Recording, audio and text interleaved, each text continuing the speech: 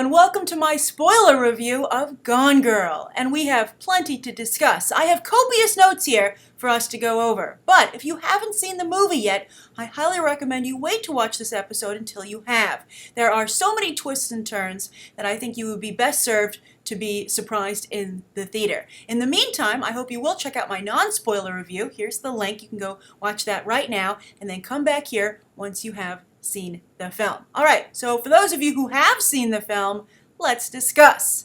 Now, I usually do these spoiler reviews by going character by character, and I'm still going to do that here. But I want to start out with what I think are the two fatal flaws of the film. Now, over in my non-spoiler review, I said that this was a film that was almost iconic, but came undone by its need to be oh so clever. It could have been Fatal Attraction, instead it's a Lifetime movie. Or, as I also said, the male equivalent, because I think this film is pretty anti-female, which is surprising, and I think that's a criticism from what I can see that's been leveled at this author before, Gillian Flynn, and we'll discuss that as well.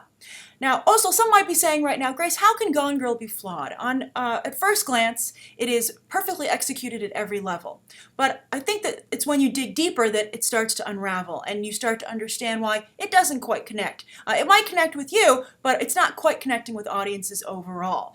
Very strong opening weekend, but it's got a B cinema score grade from audiences. I thought it was medium, as you're about to see. Not just medium, but frustrating, because I think it could have been great, if not again for these two flaws. So, let's discuss. The first flaw, and you're going to see me reference my notes, particularly in this spoiler review, because there's so much to discuss and so many details. Alright, so the first mistake is this film's, I said it wanted to be clever, and this film tries to be as clever as Amy Dunne, and it has the same flaws. And although Amy gets away with it, I think this movie does not. So the first flaw is that it really wants you for the first third of the film to believe that Nick Dunne murdered his wife.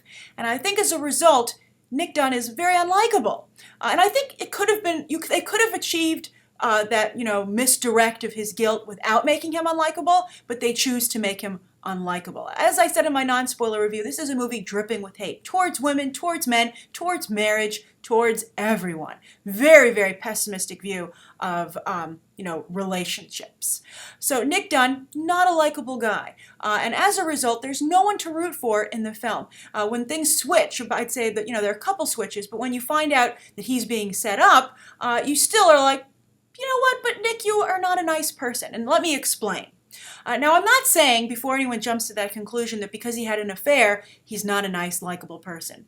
Nice people in bad marriages have affairs all the time, and I think it's perfectly understandable, and I think that could have been kept in the movie with no problem. But Nick does other horrible things, and just not nice things. He's not a nice guy. So as I said, let me explain. For instance, nice guys don't stay in marriages while cheating on their spouse because she's the one who supports them. That's really not a nice thing to do. Then also, they don't use the same moves on their mistress as they do on their wife. The wiping of the lips. I thought that, that made him seem very cold and calculated. Not that, he was just stuck in a bad marriage and had fallen in love with someone else. This was just Nick Dunne's moves. So that was a problem. The other was, they don't physically harm their wife and then lie about it. He lied a lot about things he didn't need to lie about. So he did push his wife down, and then he told everyone he did not. I think that, you could argue that she provoked him. There's never an excuse to hit a woman, but I think it would make it more understandable if he would say, well, I was provoked. She pushed me first. But that never happens. That is never made to be the point of what's going on. So that's unlikable. Then also, they don't secretly hope that their wife is dead just because they don't like her. I think that made him very unlikable. I think that he should have told right away what was happening. And that's my other point. When someone's life is in danger, and that being Amy's, when Nick felt her life was legitimately in danger, you come clean. And also to protect yourself. I think he should have been incredibly honest with the police and told them, hey, you know what? I have a bad marriage. I don't like my wife very much. Instead, he put himself in a ridiculously bad situation for no reason. He assumed that he would be seen as guilty, but when he just ended up compounding the problem. Also, he's someone who lied constantly to everyone in his life, particularly his sister. He was someone who I felt was a liar, as I said, and an egotist. Nick Dunne did what was best for him, even with that his mistress, the person he was seeing. He didn't even really like her that much. This wasn't a new relationship for him. And when you think about it, while she does go absolutely nuts at the end of the film, and it's revealed that Amy is a psychopath, a sociopath, or whatever the correct term is, before then, with Nick at least, the only bad thing that she does in their marriage is ask him to try harder. He's not without blame. And I think that all of her complaints about him, again, up until the point where she decides to frame him for her murder, are legitimate. He's not trying to get a new job. He's not nice to her. He ignores her. That scene where, she says he just uses me for sex. I mean, that was horrible, the way, he just walked away, didn't really say anything to her, and was like, no, I'm going to go do this now. And he clearly is going out to cheat on her, saying, hey, I'm going to go out with my friends. I'm fixing my hair. You don't need to come, baby. She, at that point, was trying to be very nice about it. She wasn't saying anything horrible or mean. So Nick Dunne is very, very at fault here, and so you're not like, oh, I hope he wins, and so I think that's the first fatal flaw of the film. Also I wanted to point out the way he treats his father also didn't do him any favors. When he drove him to the nursing home and then just literally got right back in the car. I know he was upset with his father, but he should have spoken to someone who worked there and said, this is not the first time my father has escaped and wandered around on the highway. What kind of facility are you running here? Even if his father wasn't nice to him. I think that, again, Nick Dunne put Nick Dunne first, and being around his father made him uncomfortable. It wasn't a nice situation for him, so he opted out, just like he did with his wife. All right, so let's see here. Mistake 2, the portrayal of the public in the film. This was a tough one. I was trying to think, what else is not clicking with this film? What's the problem? So after thinking about it for a little bit, this is what I came up with. And this actually draws back to my experience with sketch comedy, where I discovered this for myself. And I think that Gillian Flynn and David Fincher felt that when they showed how the public reacted to the accusations against Nick Dunne and how the public judges people for entertainment's sake, and they're very fickle, and they just go wherever they're led. I think they felt that the movie-going public would go, yeah, you're totally right. The public at large is so irresponsible. But I think what they failed to realize, and what I think is very true, is that when the public thinks about itself, and people think about themselves, they don't think of themselves looking from the outside of the group. They think of themselves from the inside of the group looking out. So in fact, I would suspect that a number of people watching this movie said to themselves, I think that Gillian Flynn and David Fincher are saying that I'm horrible. I'm someone who judges people too quickly and for entertainment value. I am a horrible person who is a big part of the problem and not the solution. Because think about it. These television shows with Nancy Grace, etc., are very popular. Lots of people watch it. People that I'm assuming Gone Girl would like to include as people who enjoyed their film. So I think that's a misstep on the part of the movie. All right, so, and also I guess if you want to get technical, there are 3 mistakes, and that's the ending. Very unsatisfying ending. Again, just doubles down how unsympathetic both of these characters are. And then you think to yourself, what is that child going to be like, that these are his or her parents? What will that child be like when they grow up? And I think that's sequel potential. All right, so those are now actually 3 mistakes of the film. So let's go character by character, because I think there was some very good work done here, and that's what made it so frustrating, that if not for those flaws, this could have been, I think, really, as I said, an iconic film. All right, so first off, Ben Affleck. I have to say, I thought it was very funny when she said he had an untrustworthy chin, where I was like, hey, Rosamund Pike, that chin's about to become famous as Batman. And I do have to say, though, that Ben Affleck has this quality about him left over, I think, from his Gigli days that almost still leaves a Pavlovian response with the audience to not like him, or to rag on him. Ragging on Ben Affleck is still, I think, an old habit that's dying hard. And I'm very curious to how that factor will play into his portrayal of not only Batman but Bruce Wayne. Is Ben Affleck capable at this point of playing a sympathetic character? Now that's used to great effect here. I think he's the perfect choice to play Nick Dunne, and I think he does a very good job. I think I've seen some critics say that his performance was weak. It was nowhere near the level of Rosamund Pike, but I don't think that's true. He was able to make you think, oh, maybe he did kill his wife, and he was able to portray that gray area, I think, quite well. And he did a great. It was very hard to do all the subtle aspects of the role of Nick Dunne. And his bravery of playing someone, as I just described in Mistake 1, was truly an unlikable person. Ben Affleck didn't try to redeem this character. He wasn't like, okay, Fincher, that's a nice goal for the movie, but I'm going to secretly try and make him likable. He played this guy, no holds barred. And at the end of the movie, he ended up being a good match for Amy because, as Amy said, he was just as cold and calculating as she was. He knew what she wanted. He was able to lure her out of hiding. Very clever twist. I like that. All right. So Rosamund Pike. Talk about a Hitchcock blonde, particularly when she got to Neil Patrick Harris's house.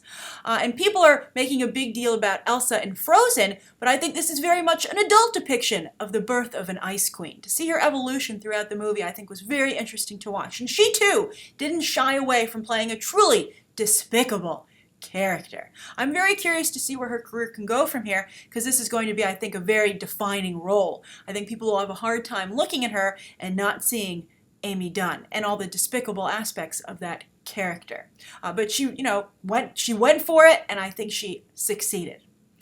Now, Kim Dickens, she played the detective. I really wanted Kim Dickens to solve this. I was like, Kim Dickens, you have to solve this. Don't let us down.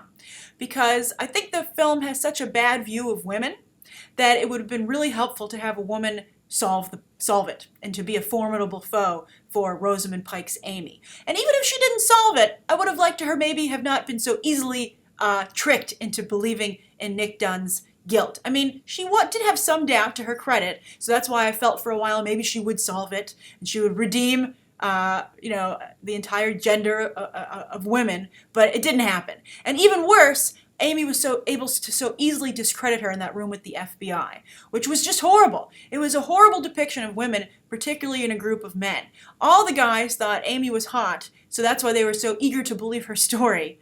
And then Kim, so it was a bad idea of how men and women relate to each other. And then Kim Dickens' character, her detective, was unable to, make a case against Amy, and she backed down very easily. And I guess you could point to politics, but it was very much like the hot girl gets all the attention and all, and everything that she wants, no matter what. And if you're not the hot girl, well, then you might as well go and sit in a corner and resign from the case. I thought that was not very good at all. And as I said, the film really did a horrible job depicting women. They had not one sympathetic, competent portrayal of women in the entire film. Now, that leads me over to, Gillian Flynn. And I think that not only was there not the author, we're going to take a break from our cast. I think not only was that because there were no sympathetic female characters in the movie, but also a lot of the comments that Nick Dunne made, and that I'm tired of women tearing me apart, breaking me down, scrutinizing me, judging me, women in general, not just his wife. And so I think that almost made this, an argument against women in general and how they act in relationships, and that Amy was supposed to maybe represent women and not just a psychopath. And so I thought that was very problematic. And a popular thing that people like to say is that women hate other women. Now, that's not true at all. But it is not as a generality. But it is true of some women. And I think I suspect Gillian Flynn is one of those people, or one of those women, who hates all other women. And I think that this is very much her verdict against types of women that she hates. And as I said, she hates all types of women, so she goes and she shows all the bad types, and really is very cruel towards them. But I also think she's pretty cruel towards men. I think that Nick Dunne, again, not a sympathetic portrayal of a husband. He has many faults. He almost deserves the fate that befalls him. So I think that's why I said this film is just, you can feel the hate radiating from Gillian Flynn. I wonder what life is like for Mr. Flynn. So that was a problem I had. And also, I was very surprised that as any author, but a female author, she would try and make us sympathize with an adulterer and the things that Nick Dunne had did to try and make him seem like a sympathetic person. The other problem I have with what Gillian Flynn did here was that marriage in the world is dying out. Marriage is becoming very unpopular. Less and less people are getting married. It's a huge change for society. For the better or worse, we still don't know. But, I think there are a lot of happy marriages, and I think people still feel marriage is the ideal. That's largely the fairy tale that's still believed in. And I think that this is one of the most insidious attacks on marriage I've ever seen. Or just, romantic relationships, sharing your life with someone else. And I wonder if Gillian Flynn understands what she's doing here and is willing to take responsibility for injecting so much mistrust into what's already very tenuous state for romantic entanglements and relationships and people trying to build lives together. I warn you, when you see this film, not only might it change how you feel about marriage or your partner or yourself, but it might very well change how that person feels about you. It's a two-way street. So I was surprised about that. All right, so let's go back to the cast. Now, some might be saying, well, what about, Nick's sister Margot, played by Carrie Coon? Isn't she sympathetic? Wasn't she nice? She was a very nice person, and I thought it was wonderful how she stood by her brother, even when it looked like he was a murderer. I know she kept saying, I don't think you're a murderer, but it was looking really bad. But the reason she wasn't good is that she was never able to really help her brother. And then also they had a horrible relationship where I think he was really taking advantage of her love for him. He lied to her all the time. He always kept her in the dark. And so she was almost to some degree played for the fool. She was played for the fool by Amy, who Amy was like, she didn't like Amy, Amy didn't like her. And I think that again, was a really, big problem. So I think Carrie Coon's Margot, not good. She was basically just Nick's Jiminy Cricket throughout the movie, and he did not listen to Jiminy Cricket or respect Jiminy Cricket at all. All right, next, Tyler Perry. Now, Tyler Perry and Neil Patrick Harris, I'll get to him in a moment, but they had a similar problem in the movie. They're both very good. Now, Tyler Perry, he brought a lot to the role. I think he really brought a lot of star power. He made the role pop. But the problem is that he never had a scene, and the same goes for Neil Patrick Harris. These actors never had a scene where they were able to really stand out, where you were like, wow, that scene was amazing. That actor did such a good job to lead to, I think, maybe future work off of this. Now, I'm not saying they'll never work again. Obviously, they both will. But I don't think it will be because of Gone Girl. I think they're both just used and brought in to, to do shorthand for roles that are both, I think, largely underwritten. Now, with the Neil Patrick Harris situation, I think that was one of the few twists in the film that was telegraphed, I think, a little too early. I think everybody in the audience, it dawned on them what she was going to do a little bit early. And, I guess that creates suspense. The famous Hitchcock quote of, if you tell everybody something bad's going to happen, it's much more suspenseful than just having it happen. So I guess that works to some degree. But I think that sex scene between Neil Patrick Harris and Rosamund Pike was not nearly as crazy as they led us to believe in their press interviews for the film prior to its opening. And I think if it had been crazier, I think if it had been filmed in a more interesting way, it would have become one of the great scenes of all time in film. Certainly one of the great sex scenes. But instead, because you knew it was going to happen and you were like, you're such a chump, Neil Patrick Harris, Nick Dunne even came to warn you. What kind of self-respecting psychopath are you that you can't, Amy can't meet her match? I thought I suspected for some time that he might kill her because now Nick would be blamed for it. And Nick would get the death penalty anyway because they would find a body. But of course, it would be Neil Patrick Harris's character that had done the deed. But he ended up not being much of a match for Amy at all, and you were just kind of waiting for him to be killed. So maybe that should have been a surprise, or maybe there should have been just more going on there. So I thought that was a bit of a letdown. Then Boyd Holbrook and Lola Kirk. This is the couple that Amy runs into when she's on the run, hiding out. And I thought this was a very clever part of the story that I do think was one of the best aspects, and that Amy felt she was meeting another idiot. And I think her use of the word idiot was very strong and, again, very hateful. And I think it almost made it feel like that's how the film felt. And again, I think that's something that might have rubbed a lot of people the wrong way who would associate with that housewife, that character who was trying to be helpful and was really trying to be very nice. To call her an idiot, I thought was quite cruel. But anyway, this couple next door, they were not nice. But I thought it was great that Amy felt she'd met another idiot, but in fact had really met just the white trash version of herself. And that also speaks to how she and Nick become that same couple, just, a more upper class version of it, a more high-end version of it, because he's just as much a partner in crime that she's manipulating, and perhaps she got the idea from, that trailer trash girl next door, thinking, well, she was able to manipulate her husband into being her accomplice and doing what she wanted, so perhaps I can do the same with Nick. All right, last but not least, of course, David Fincher. As I said in my non-spoiler review, he is a master of visual storytelling at this point. He does just such an impressive job.